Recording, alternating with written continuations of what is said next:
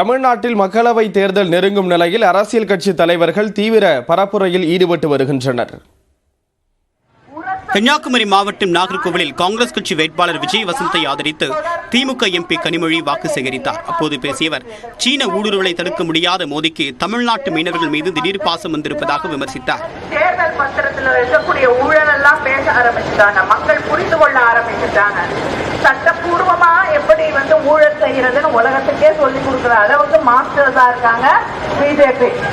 அதே இப்ப பேச ஆரம்பிச்சோம்னா திடீர்னு கச்சத்தீவு மேல பிரதமருக்கு பாசம் வந்து. செங்கல்பட்டு மாவட்டம் திருக்கழுக்குன்றத்தில் காஞ்சிபுரம் மக்களவை தொகுதி பாமக வேட்பாளர் ஜோதி வெங்கடேசனுக்கு வாக்கு சேகரித்த அந்த கட்சியின் தலைவர் அன்புமணி ராமதாஸ் அதிமுக பாமக கூட்டணி பிளவடைந்தது ஏன் என்றும் விளக்கம் அளித்தார்.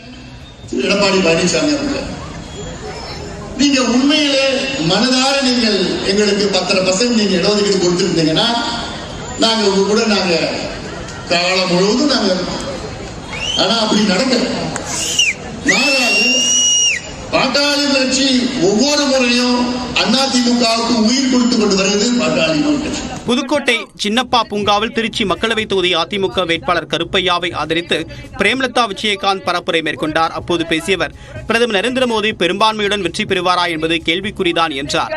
நாளும் நமதே, 40 நமதே, நாளை நமதே என்ற சரித்திரத்தை இந்த தேர்தலில் இருந்தே உறுதியாக நாம தொடங்குவோம் என்பதை உங்களுக்கு சொல்ற. துளசி கூட வாசம் மாறும், தவசி வார்த்தை மாறியதாக வரலாறு இல்லை.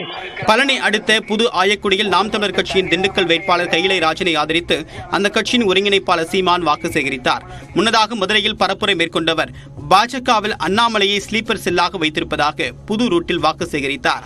தம்பி அண்ணாமலை என்னுடைய தம்பி, நான் தான் உள்ள அடிச்சு வச்சிருக்கேன் ஸ்லீப்பர் செல்லா. இங்கிருந்து எனக்கு லட்சக்கணக்கான தம்பிகள் வேலை செய்யறாங்க.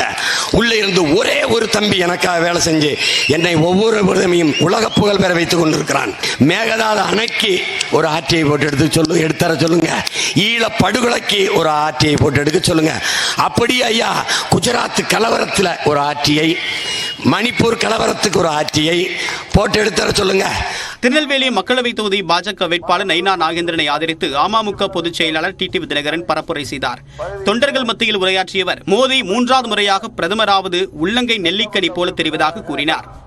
எப்படி அம்மா அவர்கள் தமிழ்நாட்டில் முதலமைச்சராக இருந்த பொழுது சட்டம் ஒழுங்கை பாதுகாத்தார்களோ அதுபோல இன்றைக்கு இந்தியாவின் பாதுகாப்பை உறுதி செய்கின்ற ஒரு ஆட்சியாக தேசிய ஜனநாயக கூட்டணியின் ஆட்சி, பாரதிய ஜனதா கட்சியின் ஆட்சி இன்றைக்கு இந்தியாவிலே நடைபெற்றுக் கொண்டிருக்கின்றது.